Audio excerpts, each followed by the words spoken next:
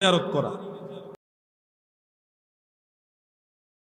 এবং হাদিসের কিতাব থেকে আমরা জানতে পারি দয়াল নবী রাসূল পাক সাল্লাল্লাহু আলাইহি ওয়াসাল্লাম সাহাবাই কারাম তেনারা কবর জিয়ারত করেছেন দাঁড়িয়ে দাঁড়িয়ে। কিভাবে? দাঁড়িয়ে। ফতোয়া আলমগীরের মধ্যে উল্লেখ কবর জিয়ারতের আদব হলো দাঁড়ায়া জিয়ারত করা। হ্যাঁ, সুনানু আবি দাউদে মুস্তাদরেকে হাকিম উল্লেখ মেজবানে রাসূল হযরতে আবু আইয়ুব আনসারী রাদিয়াল্লাহু আনহু নবীজির জিয়ারত করার সময় রওজা মুবারকের কাছে গিয়ে বিনয়ের সাথে জড়সড় হয়ে বসতেন, আদবের সাথে বসে তারপরে জিয়ারত করতেন।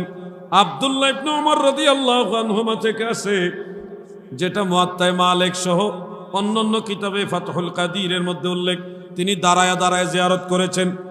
সামগ্রিক বিষয়ে ফতোয়া হলো পবিত্র কুরআন এবং সহিহ হাদিস অনুযায়ী ফুকাহায়ে কেরাম রায় দিয়েছেন যে কবর জিয়ারত করতে হবে দাঁড়িয়ে। কিভাবে?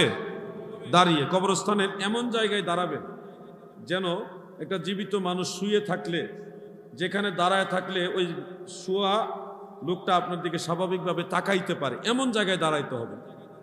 দাফনের পরেও ইউআজ্জিমুহুম কামা ইউআজ্জিমু ফি হায়াতিহি, মেরকাতের মধ্যে এবং শারহুত তিবির মধ্যে উল্লেখ ইউআজ্জিমুহুম বা'দা উফাতিহিম কামা ইউআজ্জিমুহুম ফি হায়াতিহিম, তাদের জীবদ্দশায় যেভাবে আপনি তাদেরকে সম্মান করতেন দাফন করার পরে কবরস্থানের জিয়ারতের সময় ওইভাবে আপনি সম্মান প্রদর্শন করে দাঁড়িয়ে জিয়ারত করবেন।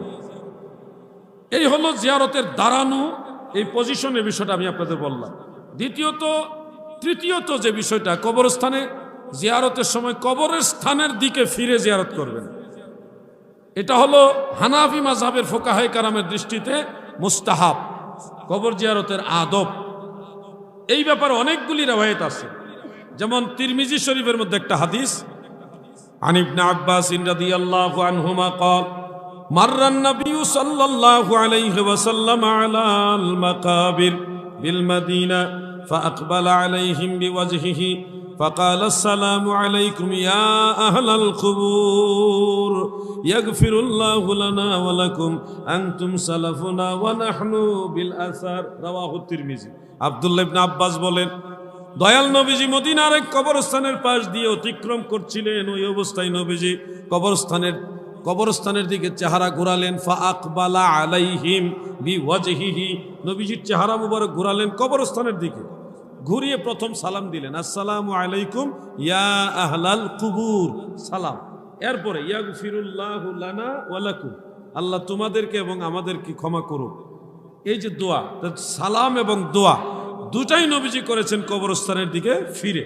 এখান থেকে বোঝা যায় কবরস্থানের আদব, জিয়ারত করার আদব হলো কবরের দিকে ফিরে জিয়ারত করা। দ্বিতীয়ত, এই ব্যাপারে দ্বিতীয় দলিল হলো হেদায়ার শরাফাতুল কাদিরের মধ্যে ইমাম কামাল উদ্দিন ইবনুল হুমাম রহমতুল্লাহ আলাইহি, যিনি আসহাবুত তাখরিজ ওই স্তরের ফকিহ মুস্তাহিদ, তিনি উল্লেখ করেছেন ফকি আবুল লাইস সমরকন্দি রহমতুল্লাহ আলাইহি একটা ফতোয়া দিয়েছিলেন কবরস্থানকে বাদ দিয়া পিছন দিয়া কেবলামুখী হয়ে জিয়ারত করার ব্যাপারে। তো ওই ফতোয়াটা ফকি আবুল লাইস সমরকন্দি দিয়েছেন, কিন্তু ইমাম ইবনুল হুমাম বলতেছেন এটা মারদুদ, এই ফতোয়াটা পরিত্যাজ্য, এটা গ্রহণযোগ্য না। তারপরে উনি আব্দুল্লাহ ইবনে ওমর রাদিয়াল্লাহু আনহুমা থেকে একটা সহিহ হাদিস উল্লেখ করেছেন, যেখানে স্পষ্ট উল্লেখ আব্দুল্লাহ ইবনে ওমর রওজা মুবারককে সামনে রেখে সিদ্দিক আকবর ফারুক আজম রাদিয়াল্লাহু আনহুমার মাজার শরীফকে সামনে রেখে কেবলাকে পিছন দিয়ে জিয়ারত করেছেন। এই হাদিস থেকে ইমাম ইবনুল হুমাম রাহমাতুল্লাহ আলাইহি মাসআলা দিয়েছেন কবরস্থানের দিকে ফিরে জিয়ারত করাটাই হলো আদব। সুবহানাল্লাহ। এছাড়াও আরো বহু দলিল আছে, জিয়ারত করো আলা ফাজুরুহা, তোমরা মাজার কবরগুলো জিয়ারত করো। কেন করবা? ফা ইন্নাহা তুযাক্কিরুকুমুল আখিরা। আলাইকুম ইয়া আহলাল কুবুর হা মিনাল মুসলিমিন ওয়াল মুমিনিন আনতুম লানা সালাফুন ওয়া নাহনু লাকুম তাবিউন ওয়া নাহনু লাকুম বিল আসার। হাদিসে আছে নবী কবরস্থানে গিয়ে এইটা করতেন, কবর জিয়ারত করবেন করবেন করবেন। রাসূল ওফাত হলেন আগের দিন, এই পরের দিন, এর আগের দিনে রাসূলুল্লাহ জান্নাতুল বাকিতে ওনার আত্মীয় স্বজন যা রয়েছে তাদের সকলের কবর জিয়ারত করেছেন। আগের দিন তিনি অসুস্থ, হেঁটে গিয়ে জিয়ারত করছেন। ওহদ পাহাড়ের পাশে ওহদের ৭২ জন শহীদ, তারা নবীর নির্দেশ লঙ্ঘন করে তারপরে শহীদ হয়েছে।